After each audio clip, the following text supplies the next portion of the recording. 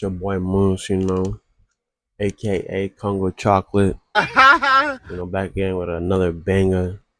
As you guys know, the World Cup is about to start in a day. Finally! Tomorrow is the first game. We have Mexico versus South Africa. I think that's the first game tomorrow. So I'm about to react to this World Cup video, explained, put my 2 cents into it as we watch it together. Let's get into it. The World Cup is the biggest sporting tournament in the world. FIFA claimed that 5 billion people engaged in the 2022 World Cup, and that the final in Qatar was watched by 5 million? Or did I hear billion? Because I'm like, no, we don't got no 5 billion people.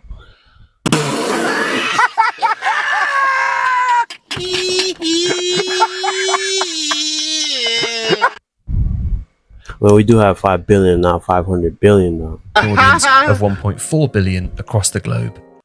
So you did say 5 billion. Audience of 1.22 World Cup, and that the final in Qatar was watched by an audience of 1.4 billion across the globe. Damn. With more teams and more games than ever before, the 2026 World Cup in Mexico, Canada and the USA promises to be the biggest in history. Okay.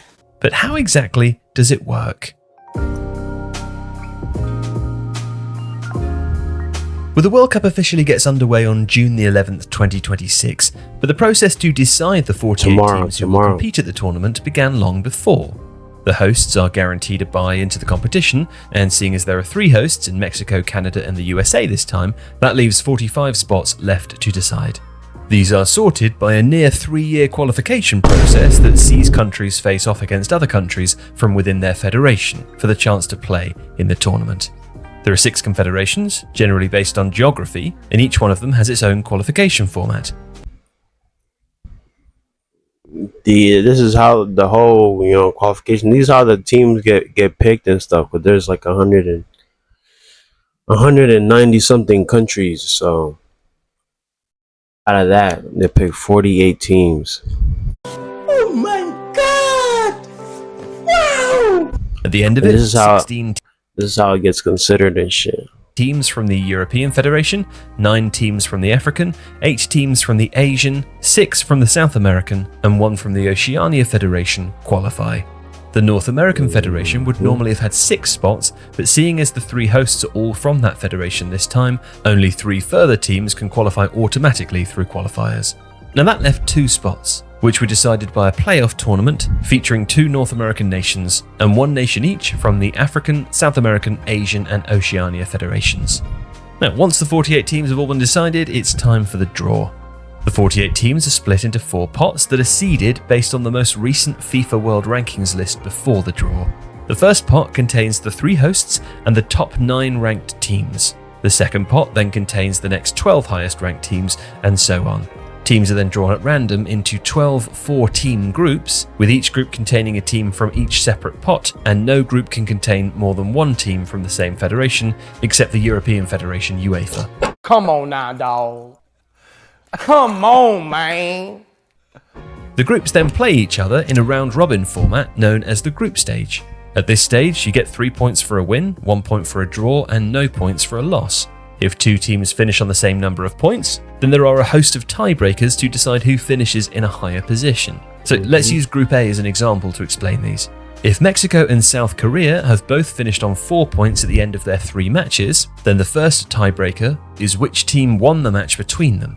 If Mexico won it, they'll finish higher, and if South Korea won it, they'll finish higher. Exactly. If that game was a draw though, then the ranking is decided by which team has the higher goal difference across all 3 group games, which is the number of goals a team has scored minus the number that they've conceded.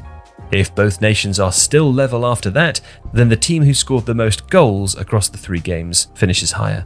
The next tiebreaker is disciplinary record, so if Mexico got 3 yellow cards across the 3 matches but South Korea only got 2, then South Korea would finish higher.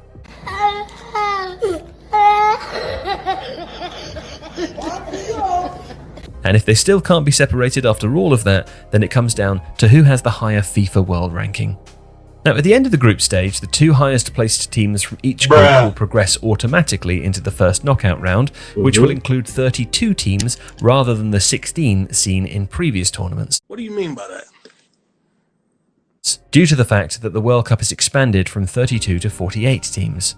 Now, this leaves 8 spots in the round of 32 Exactly. remaining. There's no And more. There's no more round of 16. It's round of 32 now, because apparently they wanted to make this World Cup bigger than ever. Hell no!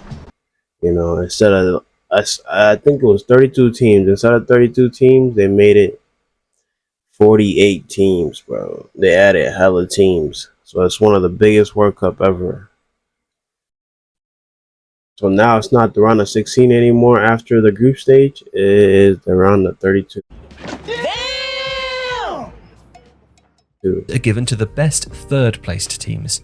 Much like within the groups, the third-placed teams are ranked first based on the number of points they've obtained. If there are teams with level numbers of points, then they're split by goal difference before following the same list of tiebreakers that we outlined before. The best third-placed teams is a concept that has been introduced to accommodate for the expansion of the 2026 World Cup. And it makes the first knockout phase a little more complicated. Before, countries would be rewarded for winning their group by avoiding a fellow group winner at the round of 16 and playing a team who finished second in another group. But now, depending on who finishes where and in which groups, group winners could play second or third placed teams, and second placed teams could play other second placed teams.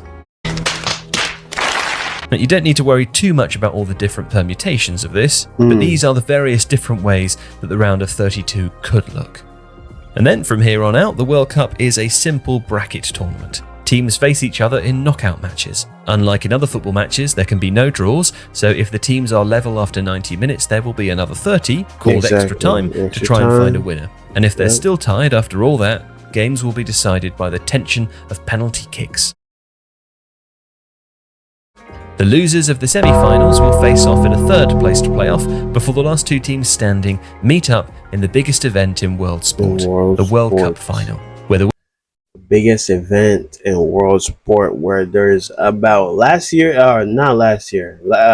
World Cup, there was about 1.4 billion people that watched the final, bro. You can't tell me that's the most viewed shit on earth. winner I'm here to tell you right now, we don't care. Let me tell you We don't care. of the most popular tournament on the planet will be decided. If you like this video, please consider subscribing. That was a good video.